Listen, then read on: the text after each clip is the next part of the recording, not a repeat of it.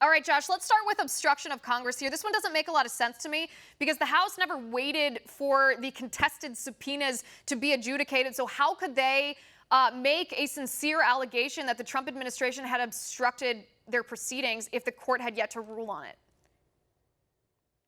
So the short answer is they can't. The longer answer is that's actually only half of the reason why this impeachment charge is so risible and indeed probably farcical, honestly. The entire separation of powers construct is built around tension.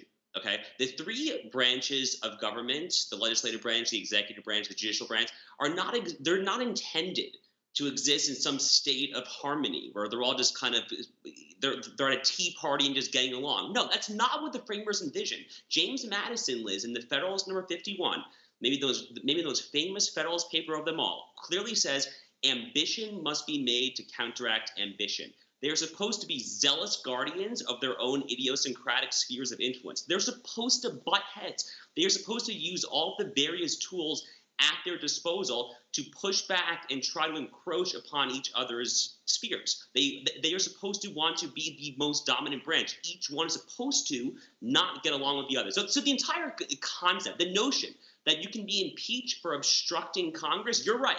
On a narrow level, it is nonsense to say that they've obstructed Congress before Article 3, that the judges have even ruled on subpoenas. But from a broader 35,000-foot altitude level, the notion that this could be impeachable in the first instance is just complete anathema. So basically, it's a double whammy. It's both practically and philosophically ridiculous. So that's number one. And I want people to know about this before we get to this Senate trial. Whether Mitch McConnell decides to vote to dismiss these articles, whether they hold a trial in the Senate, whatever happens, we need to know what's going on here because the Democrats are going to try to spin it in a way that's not accurate or true. So that's the first article. The second article is abuse of power. So abuse of power, of course, has to do with this allegation that started with quid pro quo, the whistleblower who said that President Trump threatened to withhold or withheld aid to the Ukraine in exchange for Ukraine opening an investigation into Joe Biden purely to benefit President Trump's reelection campaign in 2020.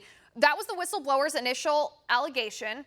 Adam Schiff then tweeted the same thing, but then President Trump released the transcript of the phone call that the whistleblower had complained about. There was no such quid pro quo evident within this transcript. So, of course, the Democrats shifted their argument again and said, well, let's hear from witnesses who had to do with this. It might have not been explicit in the transcript. We heard from the so-called corroborating witnesses, all of whom denied quid pro quo. Nobody had any firsthand knowledge of this allegation from the whistleblower. The aid, by the way, was restored by the president to the Ukraine. No investigations had been opened in the interim. Ukraine did not even know that the aid had been withheld. The witnesses also testified that Burisma, where Joe Biden's son Hunter Biden served on the board, was corrupt, that it was normal to temporarily pause aid to corrupt nations while you evaluate the level of corruption.